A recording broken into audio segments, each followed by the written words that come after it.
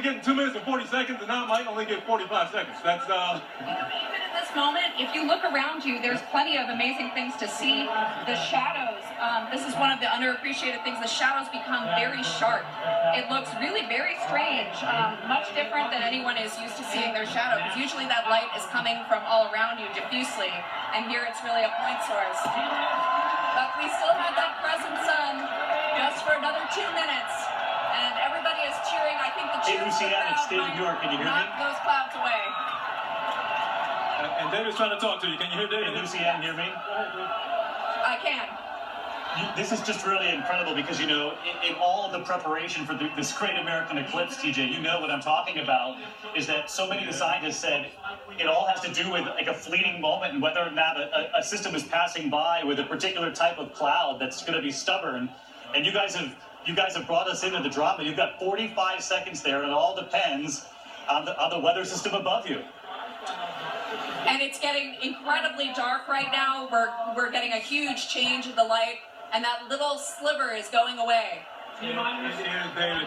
If you guys can see this, and they're instructing us, I know, in the control room to put your glasses on. But right now we have a pretty obstructed view of the sun right now. It's barely peeking through one little gap, but it's still pretty much covered by clouds. And frankly, I have these glasses on, and I cannot see a thing up there. We're hitting that moment of totality, so even if you can't see the sun being blocked out right now, we're experiencing this all around us. And go ahead, my photographer here, he can show you this crowd. We got 15,000 people gathered out here for this party. And they're feeling these effects all around, this cool moment. We just turned to night, right? And people are taking this in. A lot of people do have the cameras out. A lot of people don't have them up at all and just are kind of in awe of the moment. And I said this earlier on Twitter. When this started, this ceased being a work assignment. You just become a kid again. You feel like you're in third, fourth grade science class once again, studying. So all around us, darkness has fallen, without question. But people are unfortunately not getting the experience of having these glasses on. Go ahead, my man.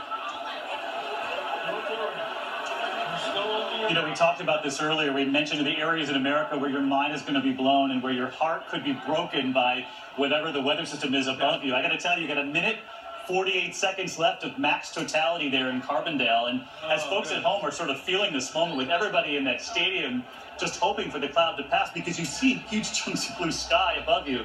So we're with you on this. I should mention for people watching our coverage right now is that this city is one of the very few cities in the path of totality just a few years from now in 2024. TJ had mentioned this earlier. It's sort of a rare thing. You know, the next path, TJ, is going to be from the south in Texas, coming across from Mexico into Texas, and straight up to the northeast, almost the opposite of the diagonal we're seeing this time. Well, David, I don't know if that was meant to comfort us here necessarily, but yeah, we got 7 years. You tell me I got to wait 7 years, then I can come back here and try it again, essentially.